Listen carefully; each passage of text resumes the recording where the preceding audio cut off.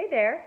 I am back and I'm just wrapping up our back to school series today. It's Monday and I hope the week went well for all of you. Back to school is not without its struggles sometimes. Really, what I like to do here is I like to just learn out loud because anything I put on my business page, Learning Without Limits, is because of something that I either have struggled with or I am struggling with.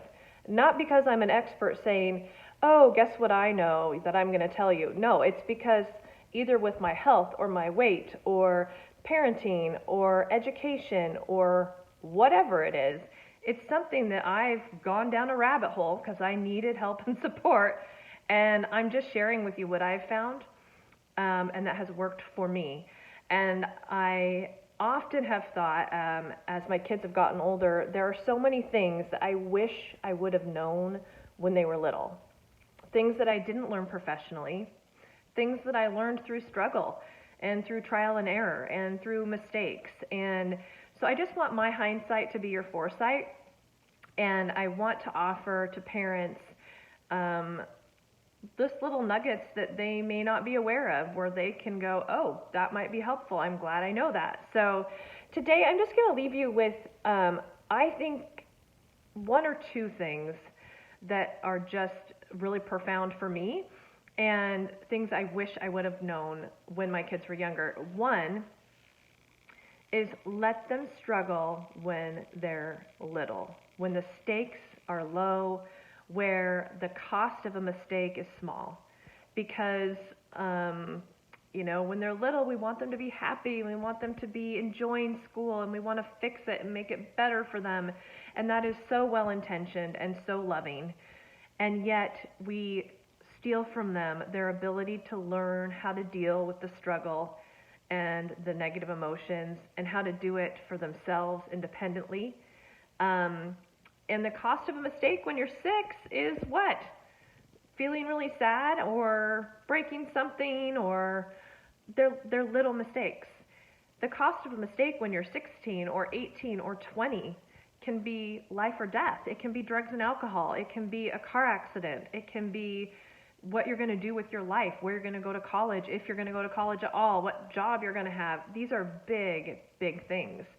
And so I just encourage you to remind yourself when your parental instinct is kicking in and you want to go save your child from their struggle, from their sadness or their self-doubt, that there's some value in that struggle.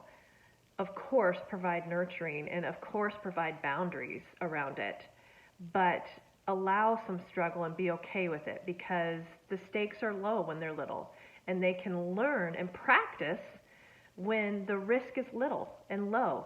And if your child is already 16 and you didn't do that, better 16 than 25, right? Just start now wherever you are. And I think that's such valuable advice, and I hope that it's helpful to you. The second thing that I would say I learned is to make myself the project.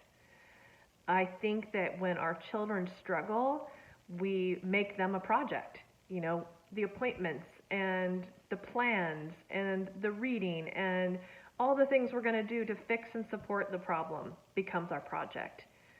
And in the meantime, our life becomes a schedule. We become lonely and disconnected. We become frustrated. Does that sound? Anyone have that experience? And so it's really important to find even the littlest bits of time in your day to make yourself a project and to bring a happy and fulfilled parent to your family, because that is what's going to help our kids the most. And, we have been conditioned in our culture, as women especially, to be self-sacrificing, nurturing, and to give everything up for our kids and our family. And I think that's fantastic. And yet it comes at a great cost to them and to us. There's a quote that I love from a book called The Dance of Anger that says, children have a remarkable capacity to handle their problems when we begin to take care of our own. And that is what I mean by make yourself the project. It models to your kids how to be your own person and how important it is to take care of yourself. But it also brings a happy, fulfilled person to what sometimes can be really frustrating situations. And I promise you, you're going to cope with it and handle it better if you're doing your own work. If you're going to Families Anonymous or CODA, if you're going to a therapist, or you're reading books, or you're exercising, or you're meditating, whatever that might look like, just something, just doing something to gain yourself back in the whole process is so valuable. So those are my two really huge takeaways, and I hope that this week series has been helpful. In Learning Without Limits, I kind of cycle through different topics from health and wellness and parenting and education, kind of whatever I'm working on at the time. But I just thought this time of year, back to school, this stuff is so important. So I really wanted to focus on that. I have lots of opportunities for further follow-up and personal growth in these areas. I have workshop topics coming up both virtually and in person. And I also can be hired to come to your group, like a PTC meeting. I do lots of trainings in the school district. So I can be hired to kind of put together a workshop for other purposes as well. So make sure to message me if you have an interest in that. I'll be posting some flyers as things come up. And if you want to participate, I'd love to have you. And I hope that you know that you are doing a good job. This parenting gig is not for the faint-hearted. It's not easy for anyone. And we got to stick together in this. So have a good one. Bye.